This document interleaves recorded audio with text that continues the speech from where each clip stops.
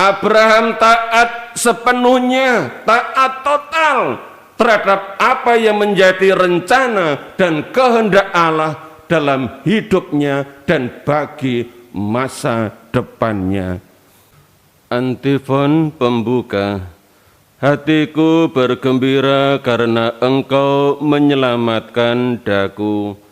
Aku bernyanyi bagimu karena kebaikanmu terhadapku. Para saudara, frater, Bapak, Ibu, dan saudara-saudari yang dikasihi Tuhan dan bundanya, selamat pagi.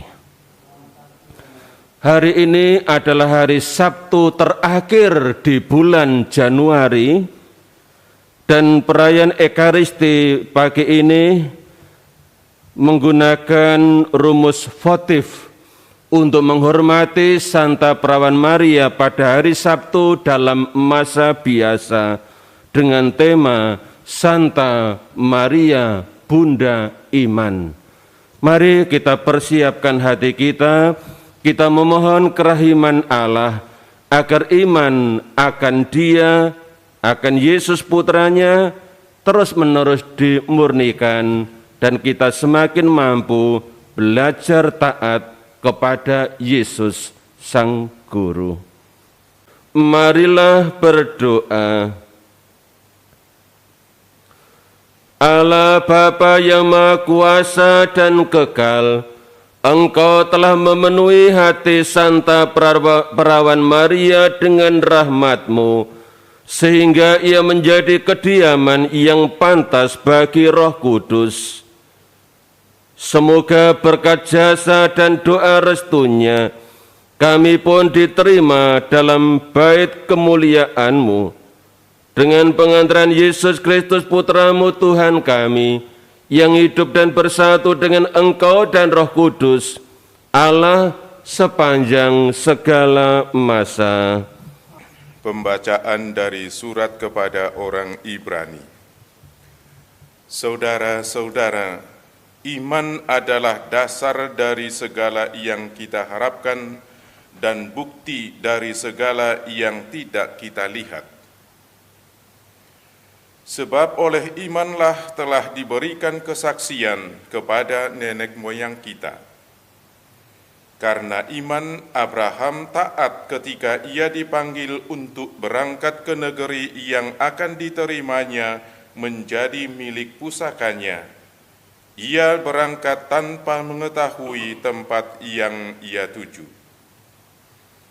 Karena iman, ia diam di tanah yang dijanjikan itu, seolah-olah di suatu tanah asing, dan di situ ia tinggal di kemah dengan Ishak dan Yakub, yang turut menjadi ahli waris janji yang satu itu.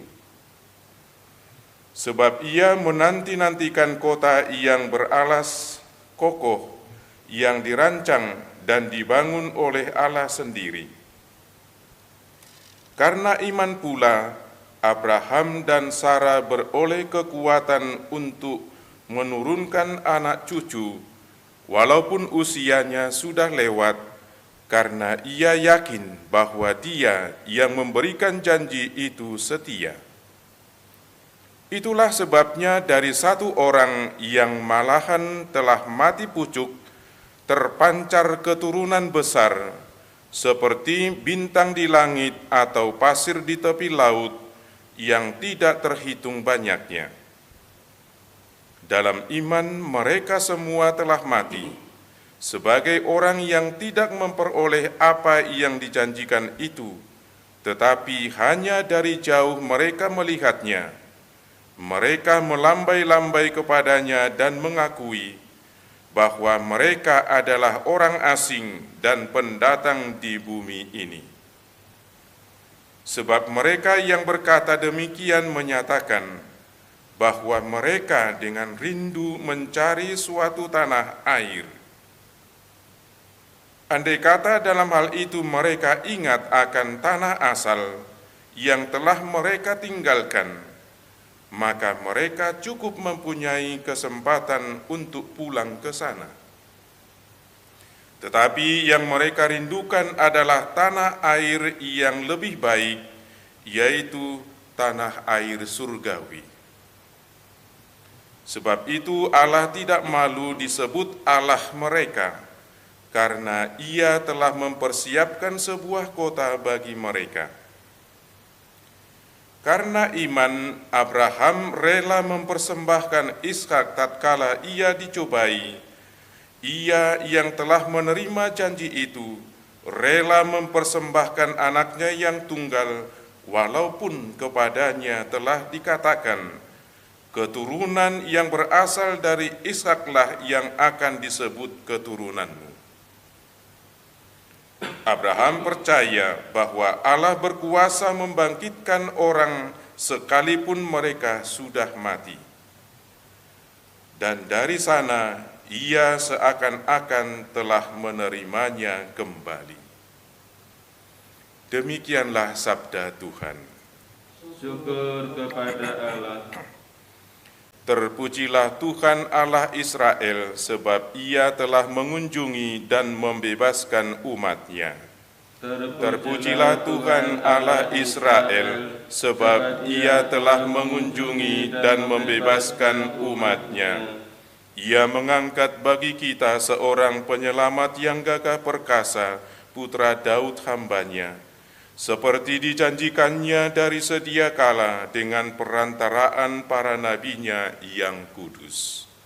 Terpujilah Tuhan Allah Israel, sebab Ia telah mengunjungi dan membebaskan umat-Nya, untuk menyelamatkan kita dari musuh-musuh kita dan dari tangan semua lawan yang membenci kita, untuk menunjukkan rahmat-Nya kepada leluhur kita, dan mengindahkan perjanjiannya yang kudus.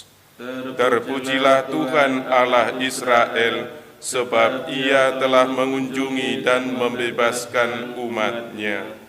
Sebab Ia telah bersumpah kepada Abraham bapa kita, akan membebaskan kita dari tangan musuh, agar kita dapat mengabdi kepada-Nya tanpa takut, dan berlaku kudus dan jujur di hadapan-Nya seumur hidup. Terpujilah Tuhan Allah Israel, sebab Ia telah mengunjungi dan membebaskan umat-Nya. Alleluia, alleluia, alleluia.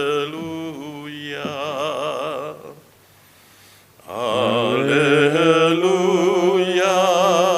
alleluia, alleluia. Demikian besar kasih Allah kepada dunia, sehingga Ia menyerahkan anaknya yang tunggal. Setiap orang yang percaya kepada-Nya memiliki hidup abadi. Alleluia, alleluia, alleluia. Tuhan bersamamu dan bersama rohmu. Inilah Injil Yesus Kristus menurut Markus.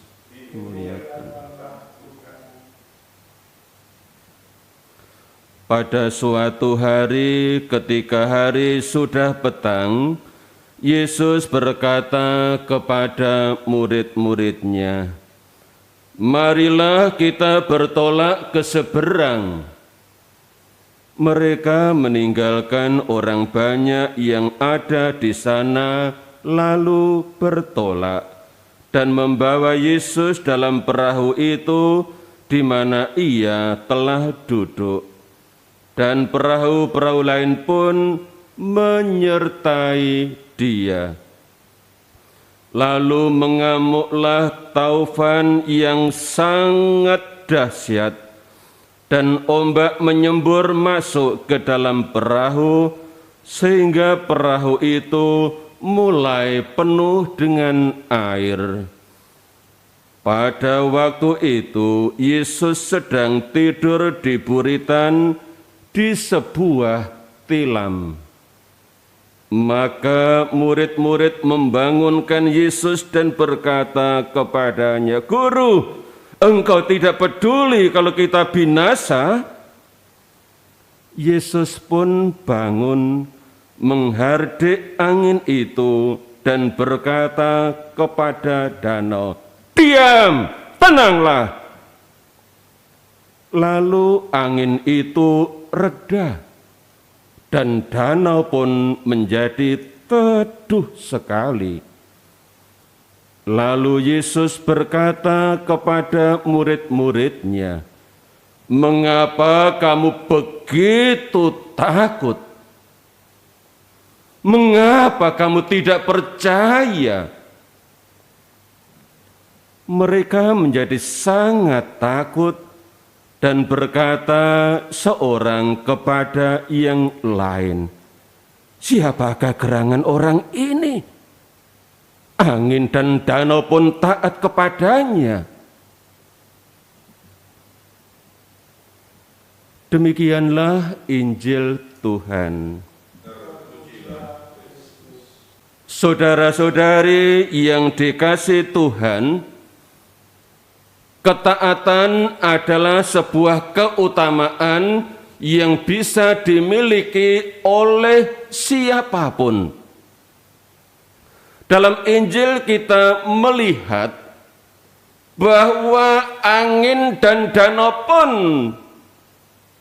bisa memiliki keutamaan ketaatan. Ketika Yesus menghardik angin dan danau supaya diam dan tenang, penginjil Markus mencatat, lalu angin itu reda dan danau pun menjadi teduh sekali. Melihat hal ini, para murid Yesus berkata satu terhadap yang lain, "Siapakah gerangan orang ini?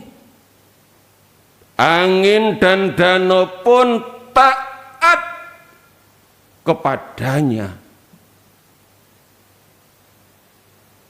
Luar biasa, saudara. Dalam bacaan pertama kita juga melihat sosok seorang Abraham yang memiliki keutamaan ketaatan kepada Allah.